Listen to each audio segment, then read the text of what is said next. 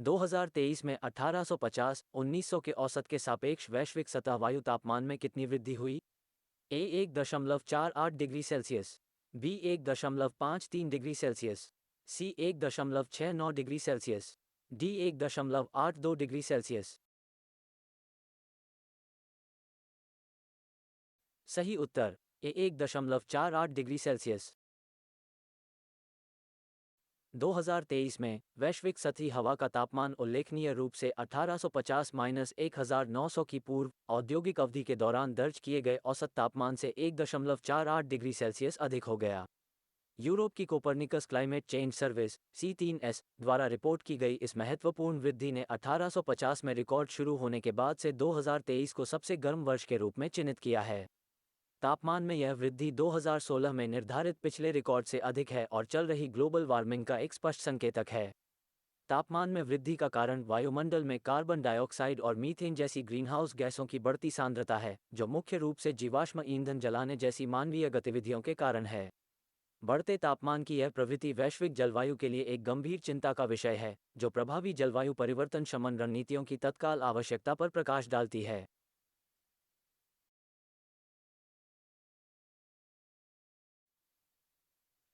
सियामांग Gibbon, जो हाल ही में खबरों में थे, मुख्य रूप से किसके लिए जाने जाते हैं? ए उनके गले की बड़ी थैली, बी उनकी लुप्तप्राय स्थिति, सी उनकी गायन आवाजें, डी उनकी एकपत्नी प्रकृति। सही उत्तर सी उनकी गायन आवाजें। इंडोनेशिया, मलेशिया और थाईलैंड के वर्षावनों के मूल निवासी सियामांग गिब्बन्स सिम्फालिंगस सिंडेक्टाइल्स मुख्य रूप से अपनी अनूठी और शक्तिशाली गायन आवाज के लिए जाने जाते हैं। ये स्वर प्रजातियों की एक विशिष्ट विशेषता, संचार और क्षेत्र चिन्हित करने जैसे आवश्यक उद्देश्यों को पूरा करते हैं। सियामांग के गले की बड़ी थैलियां उनकी आवाज को बढ़ा देती हैं, जिससे वे सभी गिब्बन में सबसे तेज हो जाती हैं।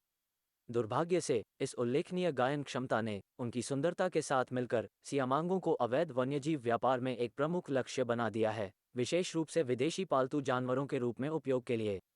दक्षिण सुमात्रा में एस्पिनॉल फाउंडेशन द्वारा किया गया इन गिबन्स का बचाव और उसके बाद जंगल में रिहाई न केवल एक संरक्षण सफलता की कहानी है, बल्कि इन लुप्तप्राय प्राइमेट्स द्वारा सामना किए जाने वाले खतरों की एक मार्मिक याद भी है।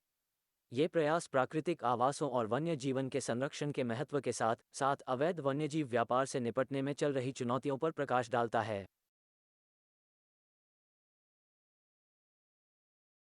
XRISM उपग्रह मिशन का प्राथमिक उद्देश्य क्या है, जो हाल ही में खबरों में था? ए शुक्र ग्रह के बादलों का अध्ययन, बी पृथ्वी की सतह का मानचित्रण, सी एक्स-रे ब्रह्मांड का अवलोकन, डी जलवायु परिवर्तन की निगरानी। सही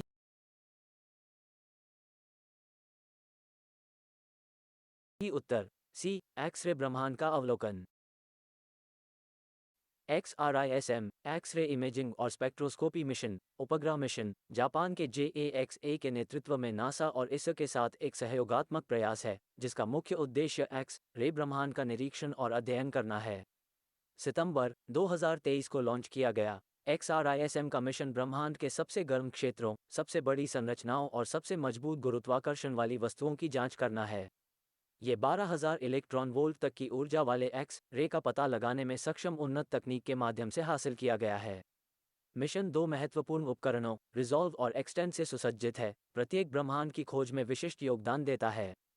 रिजॉल्व आकाशीय पिंडों की रासायनिक संरचना, तापमान, घनत्व और गति दिशाओं का विश्लेषण करता है, जैसा कि बड़े मैगेलेनिक क्लाउड में एक सुपरनोवा अवशेष N132D की विस्तृत परीक्षा से पता चलता है। एक्सटेंड वाइड फील्ड एक्स-रे छवियों को कैप्चर करके इसे पूरा करता है, जैसे एबिल 2319 का अवलोकन, एक आकाशगंगा समूह जो विलय के दौर से गुजर रहा है। XRISM का मिशन दृश्य प्रकाश की क्षमताओं से परे ब्रह्मांड की हमारी समझ में एक बड़ी प्रगति का प्रतीक है, जो ब्रह्मांड को नियंत्रित करने वाली गतिशील प्रक्रियाओं में अधिक विस्तृत रासायनिक मानचित्र और अंतर्दृष्टि प्रदान करता है। शेषक कविता निम्नलिखित में से किस दिग्गज की प्रसिद्ध कृति है? ए रवींद्रनाथ टैगोर, बी विभूतिभूषण बंदोपाध्याय, सी नरेंद्रनाथ मित्रा, डी दीनबंधु मित्र। सही उत्तर ए रवींद्रनाथ टैगोर। शेषक कविता रवींद्रनाथ टैगोर का एक उपन्यास है, जिसे व्यापक रूप से बंगाली साहित्य में एक मील का पत्थर माना जाता है। उपन्यास को 1928 में प्रोबाशी पत्रिका में भद्रों से चैत्रों तक क्रमबद्ध किया गया था और अगले वर्ष पुस्तक के रूप में प्रकाशित किया गया था। हुसारी और बिहुना निम्नलिखित में से किस राज्य के नृत्य के दो मुख्य रूप हैं? ए. असम, बी. बिहार, सी. उड़ीसा, डी. पश्चिम बंगाल। सही उत्तर ए. असम। हुसारी और बिहुनास असम से संबंधित हैं। हुसारी केरल सिंगिंग कर रही हैं। बिहू गीत और नृत्य हमेशा हुसारी गायन के मुख्य आइटम का अनुसरण करते हैं। 3. बोहाग बिहू उत्तर पूर्व भारत में एक त्योहार है, मुख्य रूप से _ राज्य में। ए. असम, बी. मणिपुर, सी. मेघालय, डी. त्रिपुरा।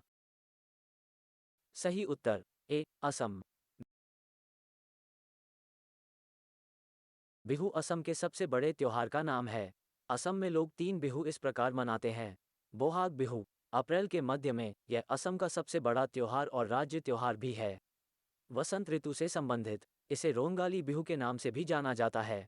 ये त्योहार असमिया नव वर्ष की शुरुआत और वसंत के आगमन का जश्न मनाता है। ये 7 दिनों तक चलता है, जिसे हाट बिहू हिंदी में 7 कहा जाता है। इन्हें छोट बिहू, गोरू बिहू, मनोर बिहू, कुटुम बिहू, सेनेही बिहू, मेला बिहू और चेरा बिहू कहा जाता है। 4. कलोल निम्नलिखित में से किस साहित्य के सबसे प्रभावशाली आंदोलनों में से एक का नाम था? ए. गुजराती, बी. बांग्ला, सी. पंजाबी, डी. हरियाणवी। सही उत्तर बी. बांग्ला। कलोल बंगाली साहित्य में सबसे प्रभावशाली साहित्यिक आंदोलनों में से एक को संदर्भित करता है। इसे लगभग 1923 और 1935 के बीच रखा जा सकता है। कलोल समूह का कलोल नाम इसी नाम की एक पत्रिका से लिया गया है, जिसका बंगाली में अनुवाद लहरों की ध्वनि होता है।